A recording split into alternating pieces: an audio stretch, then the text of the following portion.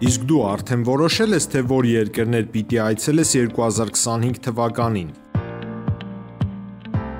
Եթե դու ես հոգնել օրեր շարունակ հարցումների անպատասխան մնալուց, դիմիր Travel with N տուրիստական գործակալություն, սպասեցնել չեն տա, անմիջապես կստանաս լավագույն առաջարկները, տուրփաթեթներ, ավիատոմսեր, հյուրանոցների լայն ընտրանի, էքսկուրսիաներ, սոցփաթեթի սպասարկում եւ ամենակարևորը՝ 24/7 ձևաչափով բարեհամբույր սպասարկում։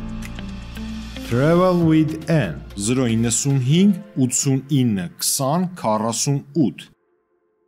Բարև ձեզ արգելի հեռուստադիտողներ, մենք շարունակում ենք մեր աշխատանքը պոլիտիկայի մեթերում, այս բանի ես զրուցել եմ Հայաստանի ժողովրդական շարժման համակարգող, քաղաքագետ, վերլուծաբան Վազգեն Պետրոսյանն հետ, շնորհակալ եմ պարոն Պետրոսյան մեր հավերժ ընդունելու համար։ Մենք երեք տեսանք եկեղեցու դեմ արշավի վերջնական փուլի սկիզբը։ Սրա մասին իշխանություններն են հայտարարել, որ վերջնական փուլի սկիզբն է 10 օր շարունակ իշխանությունները պետական բոլոր հաստատություններում, ՔՊ-ի գրասենյակներում մարդ էին հավաքագրում, որպեսզի Հովանավանքում այդ կարգալույծ եղած նախկին հոգևորականի ըստ Հայ Առաքելական Սուրբ Եկեղեցու կեղծ պատարագի, գան մասնակցել, որպեսզի հանրության մեծ զանգված լինի, բայց այդ զանգվածը չեղավ, խոսքը ընդամենը ամբողջ հանրապետության տարածքից 2-3 հազար մարդու մասին էր, որ կարողացել էին բերել։ Իշխանությունները չցանկացան, թե չկարողացան մարդ բերել Հովանավանք։ Ես կարծում եմ, եթե իրենց հաջողվեր, որ մի քանի հազար մարդ բերեին, քան որ այդ 2-3 հազարն էլ որ դուք թվարկում եք, գոնե կեսից ավելը եղել են անվտանգության աշխատակիցներ, եղել են նախարարների, փոխնախարարների, վարորդներ իրենց ընտանիքների հետ, հաներ զոնքար, քաղաքական ոստիկաններ, ազգային անվտանգության ծառայություն, այսինքն այդ 2-3 հազարն էլ դա է։ Իսկ այն ինչը որ իր տակը մնում է, մնացածը հիմնականում ՔՊԱ-ականներն են։ Այսինքն հասարակ մարդ, հասարակ զանգվածը կարծում եմ շատ քիչ էր եւ կարող է ընդամենը մի քանի հարյուրի սահմաններում լինի, կարող է 100 էլ չհասնի։ Սա ցույց է տալիս, որ այսօր իշխանությունների վարկանիշը բավականին ցածր է եւ այս ցածր վարկանիշներով կարծում եմ, որ Նիկոլը հասկացավ հաջորդ տարվա ընտրություններին գնալը բավականին ռիսկային է։ Դրա համար այսօր լսում ենք իր հիստերիկ ելույթ ազգային ժողովում, որ ասում է եթե ինքը չլինի, պատերազմ է լինելու։ Անշուշտ ոչ ուղղակիորեն ասել, այլ անուղղակի դա էր ասում եւ բյուջեի քննարկման ժամանակ ինքը շեշտում էր, որ սա առաջի 2026 թվականի բյուջեն լինելու է առաջի բյուջեն, երբ որ Հայաստանը պատերազմի մեջ չի եւ խաղաղության ստորագրելուց հետո է։ Բայց այս ամբողջ Նիկոլի եւ իր թիմակիցների երուզերը մի հարց է առաջացնում։ Եթե իսկապես Հայաստանը, Հայաստանի Հանրապետությունը խաղաղության համաձայնագիր է կնքել Ադրբեջանի Հանրապետության հետ, դա նշանակում է, որ այստեղ անձը կապ չունի։ Ուզում է Նիկոլը լինի, Պողոսը լինի, Պետրոսը լինի եւ նաեւ Ադրբեջանում։ Կապ չունի Ալիևն է, Մոհամեդն է, Հուսեյնն է, թե ով է։ Այս խաղաղությունը պետք է շարունակվի։ Եթե եւ Ադրբեջանը, եւ Թուրքիան, եւ Նիկոլը պնդում են, որ եթե Նիկոլը չլինի, նորից պատերազմ կլինի, դա նշանակում է, որ այստեղ ոչ մի համաձայնագիր չկա։ Եվ ուղղակիորեն սա ֆարս է, որ փորձում են ժողովրդին խաբեն Նիկոլին վերընտրվելու համար եւ ավելի շատ զիջումներ կորզելու Հայաստանից եւ հայ ժողովրդից։ Նշանակում է անելիքներ կան, որ պիտի արվի ու դա կարող անել միայն Նիկոլ Փաշինյանը։ Դրա համար էլ խաղաղությունը պետք է որպեսզի Նիկոլ Փաշինյանը մնա։ Ես չէի հրադադար ավելի շուտ։ Այո, ես ուզում եմ սա շտկել, որ սա խաղաղություն չի, այլ հրադադար է, եւ ադրբեջանցիները իրենց ծրագրերը իրականացնելու են այնպես, ինչպես որ իրականացրեցին 30 տարվա ընթացքում, լուր զարգանալով եւ հասնելով այնտեղ, որտեղ որ հասել են։ Այստեղ մեր խնդիրը, որ գոյություն ունի մեր դիմաց, հետեւյալն է, որ չտրվել Նիկոլի սադրանքներին, չընկնել նրա խաղերի մեջ եւ այդ ուղղությամբ չշարժվել։ Քանի որ եթե Նիկոլը կամ Ադրբեջան Նիկոլը կամ Ադրբեջանը ինչ որ խաղ են խաղում եւ ժողովուրդը սկսում է դա քննարկել, մասնավորապես այսպես ասած գոյություն ունեցող ընդդիմադիրները եւ կեղծ ընդդիմադիրները անդադ դա շեփորահարում են, այդ ժամանակ մենք ջուր ենք լցնում Նիկոլի եւ իր թիմակիցների ջրաղացներին։ Հիմա եկեղեցու վրա հարձակում են, չքննարկենք։ Տեսեք, երբ որ ինքը քննարկում է եկեղեցու վրա հարձակումը, դա նոր չի, որը սկսել է։ Ինքը սկսեց դեռևս 2018 թվականին, երբ որ հրահրելով որոշ այսպես ասած ճակերտավոր հոգևորականների սկսեցին նոր Հայաստան, նոր վեհապար շարժումը։ Եվ այդ ժամանակվանից է սկսեց։ Այն ժամանակ էլ դրանից հետո էլ այս տարի մայիս ամսից հետո, երբ որ Նիկոլը սկսեց քննարկել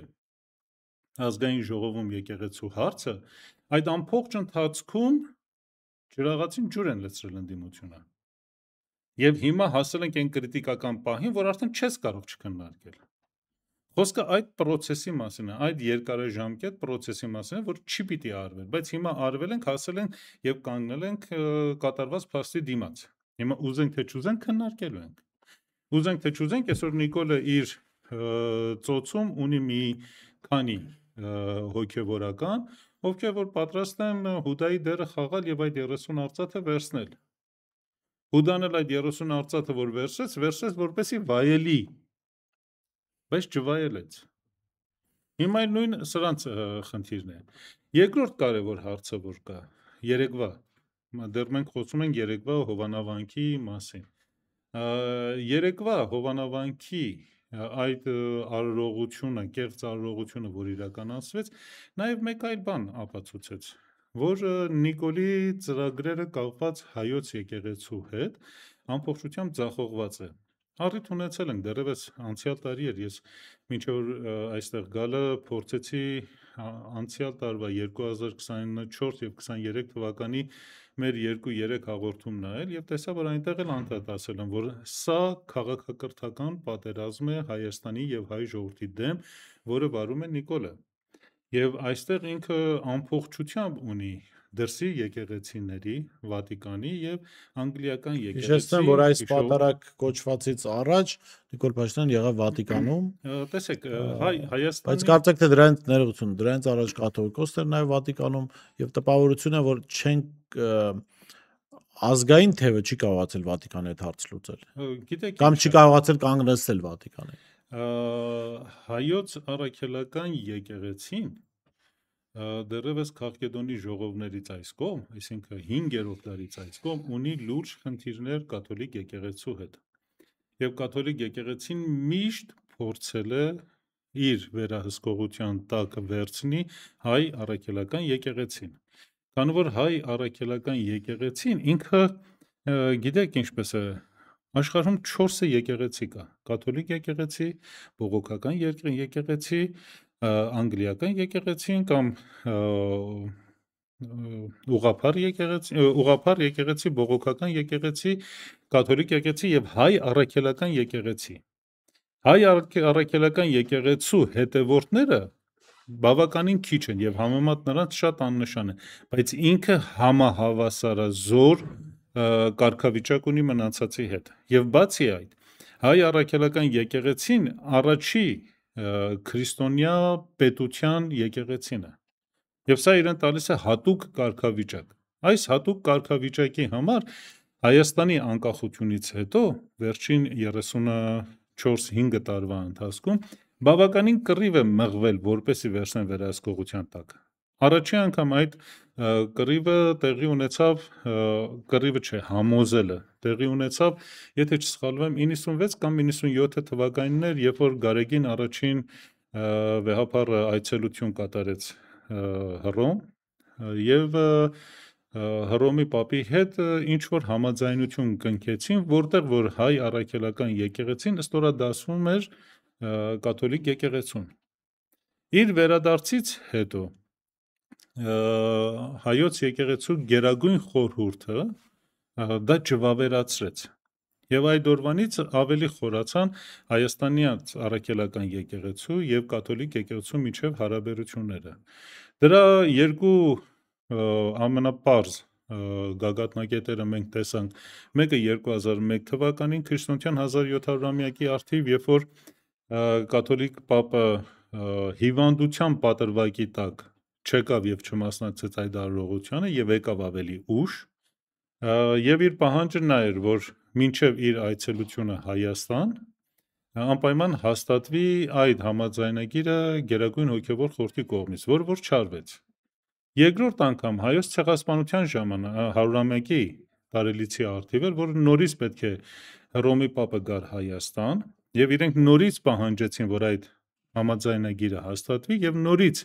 դեմ գնաց դրան հայ առաքելական եկեղեցին։ Եվ տեսանք, որ կաթոլիկ պապը եկավ 2016 թվականին բավականին մեծ շքախմբով, որը ցանկություն ուներ ավելի շատ աղանդավորներին տարածել Հայաստանում, քան թե ուրիշ մի բան։ Եվ տեսնում ենք այդտեղ նախկին նախագահ Սերժ Սարգսյանի գործուն ու աշխույժ համագործակցությունը այդ բնագավառում իրենց հետ։ Հիմա ես չէի, պարոն Պետրոսյանը ինքը տվեց Սերժ Սարգսյանը անունը, ես չէի ուզում Սերժ Սարգսյանը անունը։ Հա, ես գիտեմ, որ դու եւ Սերժ Սարգսյանը իրար հետ ինչ որ խնդիրներ ունեք, բայց փաստը մնում է փաստ։ Այստեղ կա մեկ կարևոր հանգամանք, որ երեկվա այդ արարողությունից հետո ԿՊ-ն եւ իր հովանավորյալները արևմուտքը տեսան, որ խնդիր ունեն Հայաստանի ժողովրդի հավատքի հետ։ Եվ պարզ է, որ Նիկոլը պիտի որոշ չափով նահանջի, փորձի նորից ինչ-որ մարդկանց հավաքի, հավաքագրի, համոզի եւ բերի հաջորդ շաբաթվա արարողությանը։ Կաթոլիկ եկեղեցու մասին ես կարծում եմ մի առանձին թեմա կարելի է անպայման դրան նվիրել, ինչու որտեղ մեր հասարակության լայն շերտերը չեն հասկանում կաթոլիկ Վատիկանի դերը աշխարհում եւ ինչ նկրտումներ ունի Վատիկանը, կարծում եմ այդ իմաստով մեզ կօգնեք բավական հասկանալ եւ կարծում պետք է վերջո հասկանալ, որ հենց այդ Վատիկանի նպատակների իրագործման համար էր, որ հենց Սերժ Սարգսյանի փեսան էր Վատիկանի դեսպանը Հայաստանի եւ հենց ինքն էր ըստ էության Հայաստանում կաթոլիկ շարժման առաջնորդներից մեկը, այդ հավատը բերելու հայ առաքելական եկեղեցուն ճնշելու այդ բանը։ Եվ դրան առումով ամենասիմվոլիկն այն էր, որ երբեք դուք չեք տեսնի լուսանկար, որտեղ Միքայել Մինասյանը խոնարհված լինի հայոց հայրապետի աչքը համբուրելու, բայց մենք ունենք բազմաթիվ նկարներ, որտեղ ինքը Հռոմի պապի աչքն է համբուրում։ Սա նաև ցույց է տալիս, թե ում իշխանությունն է ինքը ընդունում որպես անձ։ Գիտեք ինչ է, հիմա կարևոր չի, թե Միքայելը ում իշխանությունն է ընդունում կամ չի ընդունում։ Կարևորը իրենց կատարած աշխատանքն է Հայաստանում։ Իշխանության ընդունմամբ էլ այդ աշխատանքը արել են։ Սերժ Սարգսյանի ժամանակ բավականին իրենք փորձեցին թուլացնել հայոց եկեղեցին։ Իրենք մի կողմից հնարավորություն էին արդեն ընձեռնել տարիներ ի վեր, որ հայ առաքելական եկեղեցու պատմությունը առանձին դասագրքով դասավանդվի, բայց կողքից իրենք մի ձեռքով տվել էին, բայց մյուս մի 100 ձեռքով իրենք դա Ռոբերտ Քոչարյանի ժամանակ էր այդ որոշումը այն ժամանակվա էր եւ դրա համար ասում տարիներ ի վեր թույլ են տվել, բայց դրանից հետո իրենք թույլ էին տվել, որպեսզի աղանդավորները շատանան Հայաստանում։ Սա կարևոր հարց է։ Իրենք մի դուռ բացում են, բայց մի քանի 100 դուռ հետո այն կողմից փակում են եւ չեն թողնում, որ հայոց եկեղեցին ինքը զարգանա։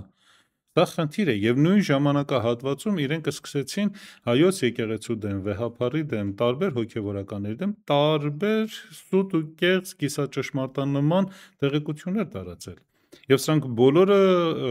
ազդում էին ժողովրդի ենթագիտակցության վրա, որպեսզի հետագայում այսօր իրենք կարողանան անեն այն, ինչը որ անում են։ Իդեպ նույն ճանապարհը անցան նաև զինվորականները բարձրացան, որոնք մի կողմից այո, պետությունը իրենց թույլ էր տալիս բիզնեսով զբաղվել, մյուս կողմից այդ իշխանական մեդիաները սկսում են շահարկել այդ պատմությունները, որ սա կոռուպցիոներներ են, այս գեներալները, որովհետև պետությունը ի վերջո կարող է ուղղակի թույլ չտալ նրանց բիզնեսով զբաղվել եւ ասեց խաղի կանոնը այսպեսին է, մենք դες տալիս ենք բարձր աշխատավարձ, դուք գործ չունեք գործարար աշխարհի հետ։ Անգամներ առիթ ունեցել ենք ձեզ մոտ խոսելու ճանաչողական պատերազմի մասին։ Ես հենց այդ պատերազմի մասին հարց եմ ուզում ձեզ տալ։ Դժբախտաբար Հայաստանի Հանրապետության բոլոր բացարձակապես բոլոր նախագահները եւ վարչապետները բացարձակապես բոլորը իրենք մասնակից են եղել այդ ճանաչողական պատերազմին, որը վարվել է ընդդեմ Հայաստանի եւ հայ ժողովրդի։ Դժբախտաբար դա փաստ է։ Առաջի օրվանից, երբ որ ՀՀՇ-ն եկավ իշխանության գլուխ, մինչև որ այսօր եւ այնինչ որ այսօր կատարում են Նիկոլը, այդ ճանաչողական պատերազմի տարբեր փուլեր։ Ձեր բացարձակացման հետ իհարկե համաձայն չեմ, բայց դա թողենք ձեր կարծիքն է, թողենք դրա թող մնա այնպես ինչպես որ կա, հարգում եմ ձեր կարծիքը։ Հիմա խոսելով ճանաչողական պատերազմի մասին եւ մեր հասարակության բովանդակության փոփոխության մասին, պիտի էլի վերադառնանք Հովանավանք, պիտի վերադառնանք եկեղեցու դեմ իրականացվող գործողություններ, իհարկե չմտնելով բովանդակության մեջ, հրապարակվեց ակնհայտորեն իշխանությունների կողմից մի ձայնագրություն, որը վերագրվում է հոգևորականներից։ Ես ոչ անուն եմ տալու, ոչ բովանդակություն եմ քննարկելու։ Բայց լավ, եթե անգամ այդ ձայնագրությունը իրական է, այդ ձայնագրությունը Նիկոլ Փաշինյանը չի արել, չէ՞։ Ինչ որ ԱԱԾ սպայ է արել, ինչ որ մեկը մշակել է, ինչ որ մեկը հանձնել է Նիկոլ Փաշինյանին, ինչ որ մեկը դուռ է բացել, չէ՞։ Մյուս կողմից հայ առաքելական Սուրբ եկեղեցին կարգալույծ է հռչակել այդ հոգևորական նախկին հոգևորականին, բայց իրենք կան պաշտպանողներ, ՊՊՑ աշխատակիցներ։ Ուզում եմ ասել, մենք մի իրավիճակում ենք, որտեղ միայն Նիկոլ Փաշինյանով չի այլևս հարց որոշում։ Կա Փաշինյանով հրահանգ տալը եւ կան իրագործողներ լիուլի։ Տեսեք, այն ինչ որ կան իրագործողներ, դա պարզ է որ պիտի լինեին։ Առանց այդ իրագործողների Նիկոլը արդեն այդտեղ չէր լինի։ Եվ այնինչ որ փաստ է դեռևս 2016 թվականի ՊՊՑ գնդի գրավումից հետո ԱԱԾ-ն բավականին մեծ ներդրում ունեցավ Նիկոլի վարկանիշը բարձրացնելու վրա։ Եվ հասանք այնտեղ, որտեղ որ հասել ենք։ Այդ ճանաչողական պատերազմը երբ որ վարվում է, լինում են մարդիկ, ովքեր որ թուլամորթներ են եւ տրվում են գումարին եւ գումարով վաճառվում են իրենց ամեն ինչը։ Կամ ասենք մարդիկ կան, ովքեր որ այսօր նույն 3, ասենք այն սպայակազմը, որ Հովանավանքում էր եւ այն հայորդուն, որը ավետարանը վերցրեց կարգալույծ եղած քահանայի ձեռքից, կամ այն հայորդին, որ կանչեց դու իրավունք չունես պատարագ մատուցելու եւ իրեն բռնի ուժով հանեցին, դրանք կատարում էին հրաման, բայց այստեղ շատ տրամաբանական հարց է առաջանում։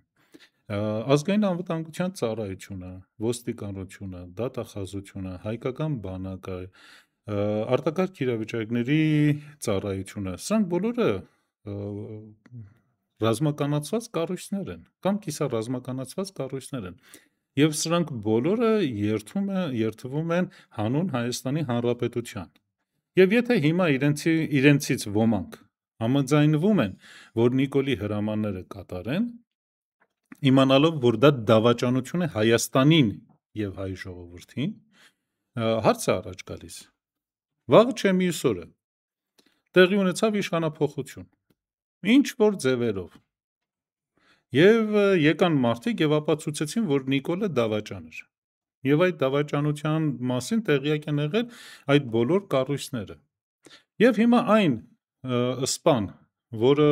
բռնի ուժ է գործադրում ժողովրդի նկատմամբ իրեն հրաման տար Նիկոլը եւ ասեր որ քո ընտանիքին, քո երեխային, քո կնոջը, քո ծնողներին պահիր,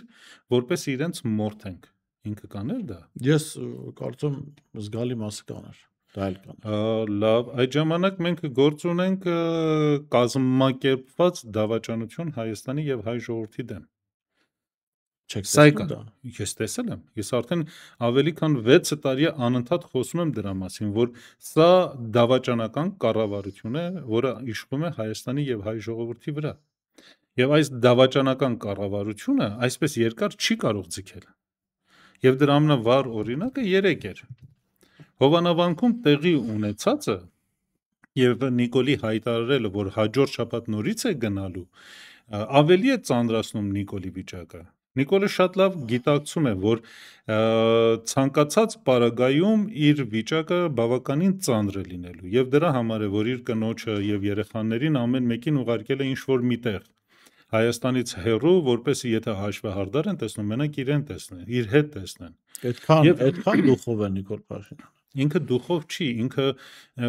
Սովորաբար ինքը երբ օրինակ 20 թվականից հետո երբ բախման վտանգ է լինում, իր փոքր դստերը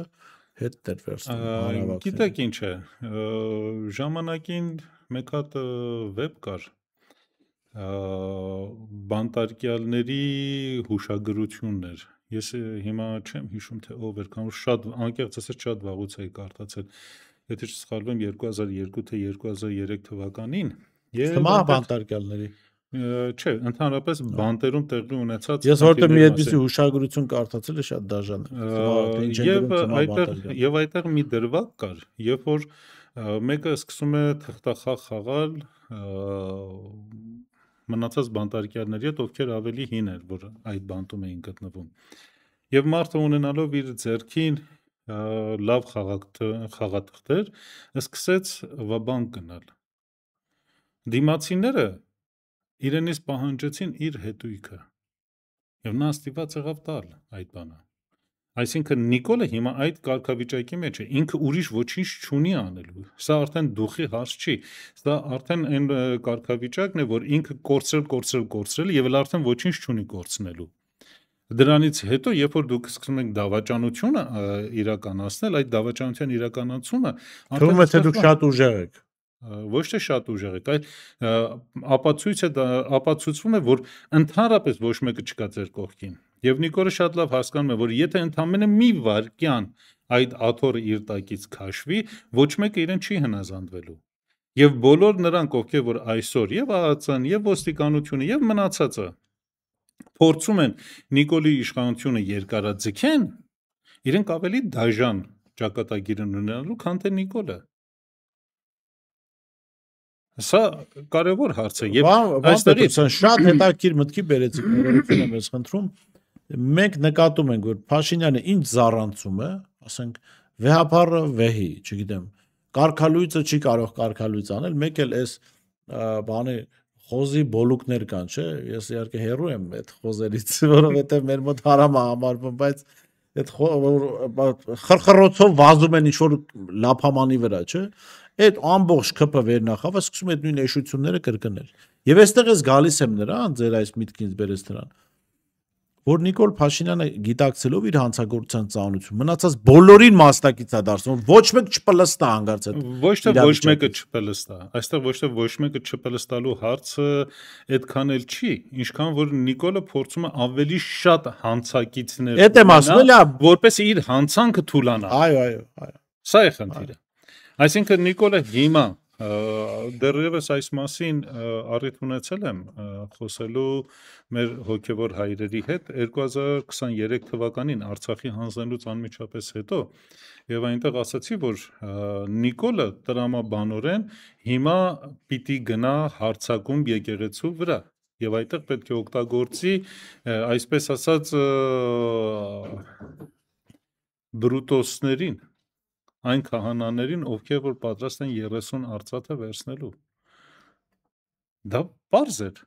Այն ինչը որ այսօր կիրառվում է Հայաստանի Հանրապետությունում եւ հայ ժողովրդի դեմ, սա արևմտյան տեխնոլոգիա է։ Եվ այս արևմտյան տեխնոլոգիան իրենք տարիներ ի վեր է օգտագործում են հայ տարբեր ժողովուրդների դեմ։ Եվ հիմա էլ օգտագործում են մեր դեմ։ Նույն մեթոդաբանությունը օգտագործում է Իրանի ժողովրդի դեմ։ Իրանի հասարակության դեմ։ Նույնը օգտագործվում է հենց հիմա Վենեսուելայում եւ Կոլումբիայում։ Այսինքն իրենք նույն մեթոդաբանությունը, նույն դասագիրքը ունեն եւ մի քիչ տեղայնացնում են եւ օգտագործում են։ Հիմա այստեղ Նիկոլի խնդիրը հիմնականում նա է, որ հնարավորին չափ իր հանցակիցներին շատացնի, որպեսզի երբ որ կայնում են դատաստանի առաջ, Նիկոլի մեղքերը ավելի թույլ երևա։ Ինքը կարող է ասել, որ ես հրաման եմ տվել, ինչու ինքը կատարեց։ Չէ, եւ մյուս կողմից ինքը այն զգացումը, որ ինքն ունի, որ իշխանությունը իր անվտանգությունն է, մնացած բոլորն էլ պիտի ունեն։ Պիտի այնքան կարմիր գծեր անցնեն, որ իրենք էլ համարեն, որ իրենք անվտանգ են, քան իշխանությանը, եւ պիտի պահեն այդ իշխանությունը։ Այո, եւ իրենք պետք է ամեն ջանք թափեն, որպեսզի Նիկոլը մնա իշխանության։ Ուստի իրենք ավելի վատն են լինելու, ավելի դաժան են լինելու, ավելի վայրի են լինելու, քան Նիկոլը։ Իրենք ուրիշ ճանապարհ չունեն։ Եվ քանի որ իրենք ավելի վայրի են լինելու, Նիկոլի հանցանքները եւ մեղքերը ավելի են թեթևացնելու։ Այս հոգեբանությունն է աշխատում։ Եվ Նիկոլը շատ լավ հասկանում է, եւ իր արևմտյան գործընկերները եւ խորհրդատուները իրեն շատ լավ կերակրում են այդ ամեն ինչով։ Եվ ինքը շատ լավ հասկանում է, որ ինչ պիտի անի, կամ որ եթե ինքը փորձը չունի, բայց այն արևմտյան պետության ծառայությունները բոլոր այդ փորձը ունեն։ Եվ ոչ թե 1-2 տարվա, այլ տասնյակ տարիների։ Պարոն Պետրոսյան, մենք պետք է նաև գանք որպես հասարակություն գիտակցման, կարծում եմ, որ եկեղեցին մեծ կառույց է, եւ ցանկացած մեծ կառույցում լինում են խնդիրներ, բայց եւ սա նաև հավատավոր ժողովրդին վերաբերում։ Բայց հիմա այն ժամանակը չէ, երբ պիտի Նիկոլի պասով քննարկվեն խնդիրները, համաձայն եք թե։ Կներեք,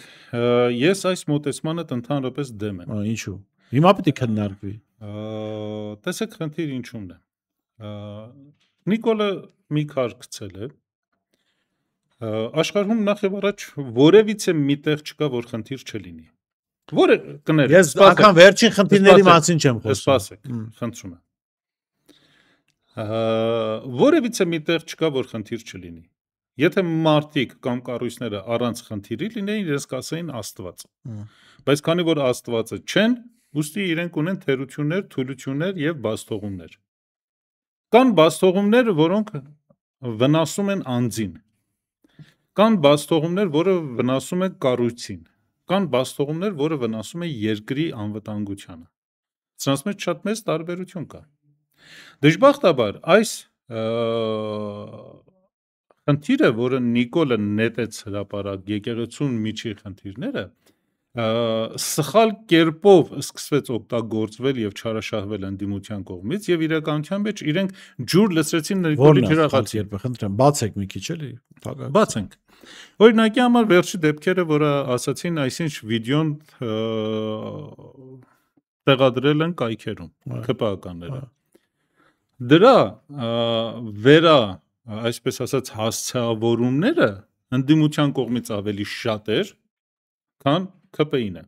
Եվ արդյունքում ընդդիմությունը ինքը սկսեց այդ ջրաղացի մեջ ջուր լցնել։ Այդտեղ համաձայն եմ։ Եվ այսպես է շարժվում ինքը։ Եվ երբ որ մենք ասում ենք, որ եկեղեցին ունի խնդիրներ, մենք օրինակ մեր գործունեության ընթացքում այսքան օրերին, հա, կոնկրետ տեսա, ոչ անուն ենք տվել, ոչ տեսանյութն ենք քննարկել, ոչ պաշտպանել ենք, ինչու։ Մեր համար քննարկելի չի դա։ Կներեք, ցանկացած անձ, ով ուզում է լինի, ունի իր կյանքը։ Այնպես ինչպես որ տունն է։ Տան մեջ էլ կա հյուրասրահ, կա ննջասենյակ, դրա դատավոր միայն կա Աստված։ զուգարան, կա բաղնիք եւ խոհանոց։ Ամեն մի տան մեջ էլ կա կեղտ։ Որ մի տան մեջ է, որ եթասեն անկյուններ չքչփորես եւ չտեսնես փոշի կամ կեղտը։ Ամեն տեղ կա։ Բայց երբ որ դուք այդ կեղտը, բերեմ մեկ օրինակ ավելի վառ։ 1991 թվականին ուսում էի ստանում նախկին Հարավսլավիայում, ճարտարագիտական համալսարանում եւ այն ժամանակ արդեն սովետական միությունը փլուզման ժամանակ էր, սկսեց մի հեռուստաընկերություն այնտեղ, այսպես ասած, ի հայտ գալ, BK24, որը ուղիղ ֆինանսավորում էր Միացյալ Նահանգների դեսպանատան կողմից։ Եվ կյանքի բերումով ես էլ դարձել էի ոչ սերբ լինելով, դարձել էի Հարավսլավիայի ուսանողների միության անդամ եւ ունեի որոշակի պատասխանատվություն։ Մի օր ժողով ենք արել եւ քննարկում ենք, բաց ժողով է համալսարանականների հետ եւ քննարկում ենք Հարավսլավիայի ներքին խնդիրները եւ ինչպես անել, որ Հարավսլավիան չգնա դեպի փլուզման։ Այդ BK24-ի հեռուստաալիքի լրագրողը եւ լրագրողուհին եկել էին դահլիճը թողել էին եւ գնացել էին հետնաբեմում գոյություն ունեցող պահեստային մասը այնտեղ էին նկարում, ասում են, որ տեսեք այս ինչ վիճակ է եւ իրենք ինչի մասին են քննարկում։ Նիկոլը այդպես է անում։ Այսինքն գնացել է քչփորել է ինչ որ անկյունում ինչ որ մի կեղտ է գտել եւ ասում է, որ այս կեղտը կա։ Քեզ ինչ կա։ Երկրի անվտանգությունն է կարևոր։ Հատկապես եթե ձեր տանը ու բաղնիքում տեսախցիկ դնենք։ Հիմա երևի թե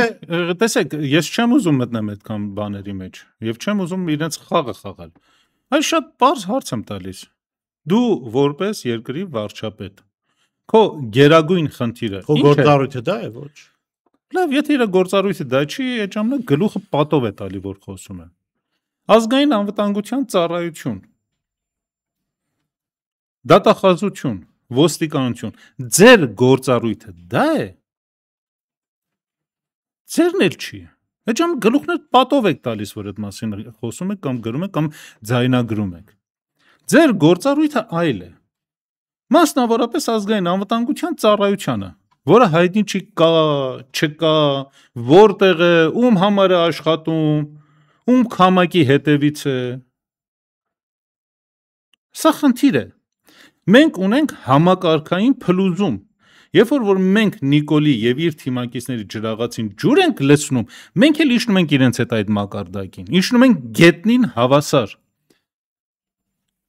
Նիկոլը 7 տարի վարչապետ լինելով եւ դրանից առաջ մի քանի տարի ազգային ժողովի падգամավոր լինելով ինքը չկարողացավ զուգարանակոնքի մակարդակից բարձրանա։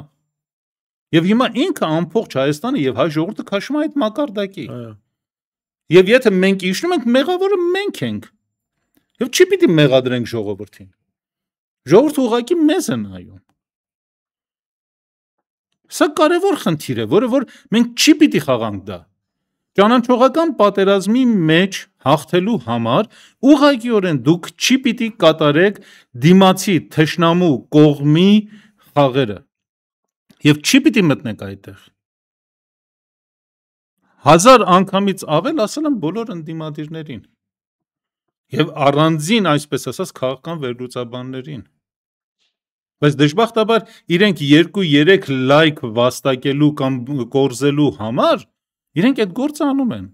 Եվ վստահ եղեք, որ եթե գնանք նույն վերլուծաբանների եւ մնացածի լայքերն ու սրտիկները քչփորեն, կեսից ավելին ԿՊԱ-ական են։ Սա է խնդիրը։ Ընդդիմությունը խաղալով Նիկոլի խաղը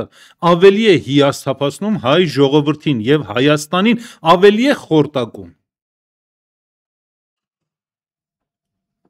Սա է կարևորը։ Հիմա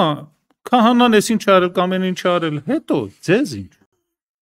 Դուք որ այդքան գովաբանում եք, կամ թե չէ մի քաղաքական գործիչ ունենք, քաղաքագետ ունենք ճակերտավոր, որը ամեն օր իր էջում դնում է կաթոլիկների պապի նկարները կամ իրենցից ինչ որ ասույթներ է դնում։ Հետո կաթոլիկների Հռոմի պապը քիչ է մնացել արդեն համասեռամոլությունը ընդունի եկեղեցում եւ իրենցը բանան է։ Ես օրերս դրա մասին գրել էի հանդիմանուին, ասում ինչպես է կաթոլիկ եկեղեցու մասին նման բաներ գրում, սա հայ առաքելական եկեղեցուն շատ մոտ եկեղեցի է։ Ով էր ասում,